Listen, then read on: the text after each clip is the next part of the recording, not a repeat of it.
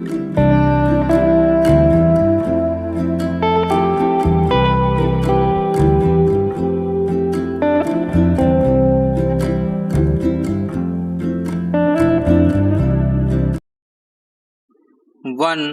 To three start. महोदय, पंजाब के संबंध में मुझे यह कहना है कि अभी कुछ दिन पूर्व वहाँ पर भाषा का प्रश्न उत्पन्न हुआ। मेरा अपना विचार है कि जब भाषा के आधार पर पंजाब का विभाजन हो गया तो आज पंजाब की भाषा पंजाबी है और वह पंजाब के लोगों को निर्णय करना है कि वह पंजाबी किस लिपि के अंदर लिखी जाए। लेकिन एक बात मैं पंजाब की सरकार से आपके माध्यम से निवेदन करना चाहता हूँ कि आज जब पंजाब के अंदर 45% लोग इस प्रकार के हैं जो यह कहते हैं कि हमारी अपनी मातृभाषा हिंदी है, तो पंजाब की सरकार को अल्पसंख्यकों की भाषा को संरक्षण देने के नाम पर दूसरी भाषा के रूप में हिंदी को मानने में किसी प्रकार की कोई आपत्ति नहीं होनी चाहिए।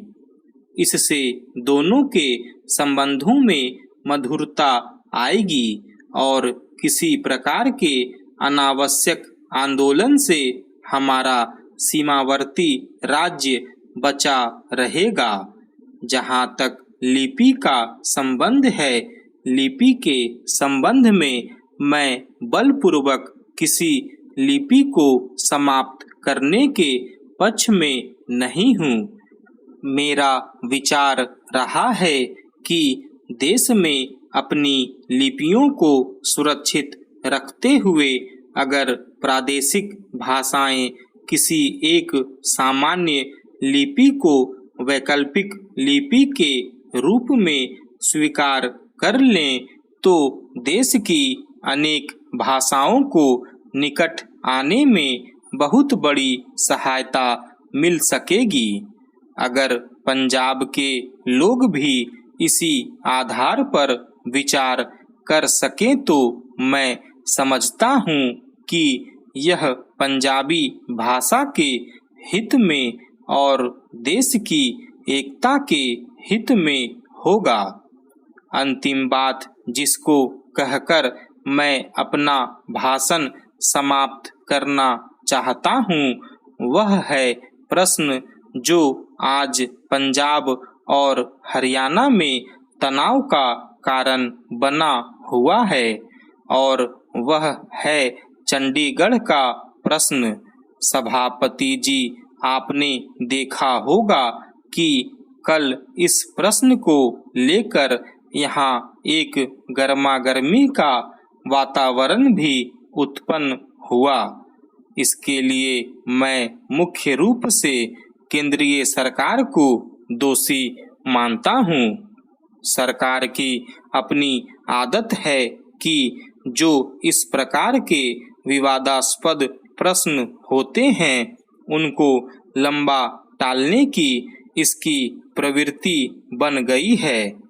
सरकार सोचती है कि अगर कोई प्रश्न लंबा टाला जाएगा तो लोग भूल जाएंगे और अंत में तनाव स्वतः ही नहीं रहेगा। इतिहास इस बात का साक्षी है कि जिस जिस प्रश्न को सरकार ने टालना चाहा, चाहे मैसूर महाराष्ट्र का सीमा विवाद का प्रश्न हो, गोदावरी या कृष्णा के जल का झगड़ा हो। महोदय, पंजाब के अंदर चंडीगढ़ का झगड़ा हो, सरकार ने जिस झगड़े को टालना चाहा वह झगड़ा और अधिक उग्र रूप लेकर देश के और सरकार के सामने आया। इसलिए मैं चाहूँगा कि इस सरकार को आगे के लिए यह परंपरा डालनी चाहिए कि जब भी इस प्रकार के कोई प्रश्न आए तो उन प्रश्नों पर दृढ़ता से विचार किया जाए और तत्काल उनका समाधान किया जाए। वर्षों तक उन प्रश्नों को लटकते छोड़ लोगों को आपस में संघर्ष का अवसर नहीं देना चाहिए। मैं आपसे निवेदन कर रहा हूँ कि जो राष्ट्रीयकरण के समर्थक हैं वे भी राष्ट्रीयकरण को साध्य नहीं मानते। प्रधानमंत्री ने स्वयं स्वीकार किया है कि अनेक देशों में बैंक सरकार के हाथ में है, लेकिन बैंक सरकार ने ले लिया तो समाजवाद आ गया, ऐसा कोई नहीं कह सकता। जिन देशों में समाजवाद नहीं है वहाँ बैंक सरकार के हाथों में है।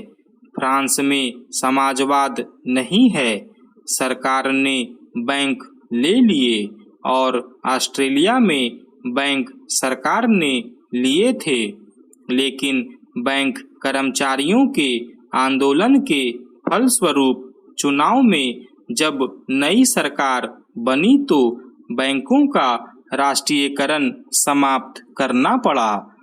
राष्ट्रीयकरण कोई हर रोग की रामबाण औषधि नहीं है और राष्ट्रीयकरण सरकारीकरण में नहीं बदलना चाहिए। जिस तत्परता से सरकार ने बैंकों को अपने हाथ में लिया है उससे आर्थिक क्षेत्र में कठिनाइयां पैदा हो सकती हैं। नए नए लोगों में नई नई आशाएं जागी हैं। क्या ये आशाएं पूरी की जा सकेंगी? अगर ये आशाएं पूरी नहीं की गई तो उनके परिणाम भयंकर होंगे।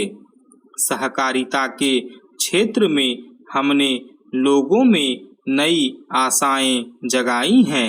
हमारा तंत्र उसको पूरा कर पा रहा है। समाजवाद मात्र इरादा नहीं है। इरादे अच्छे हो सकते हैं, नेक हो सकते हैं, लेकिन जिस मशीनरी के द्वारा, जिस तंत्र के द्वारा वह इरादे व्यवहार में लाने हैं, अगर वह मशीनरी भ्रष्ट है, अगर वह तंत्र अक्षम है, अगर जनता के प्रति उनके हृदय में सहानुभूति नहीं है, तो फिर राष्ट्रीयकरण भी सहकारिता की तरह से एक बदनाम चीज हो जाएगी। सरकार बहुत से कारखाने चला रही है, कुछ अच्छे चल रहे हैं, कुछ बुरे चल रहे हैं, लेकिन कारखाने चलाने के लिए, सरकारी संस्थाएं चलाने के लिए जैसे आदमी हमें चाहिए वैसे आदमी तैयार करने का हमने प्रयत्न नहीं किया है। सार्वजनिक उद्योगों को सफल करना सरल नहीं होता। स्टॉप।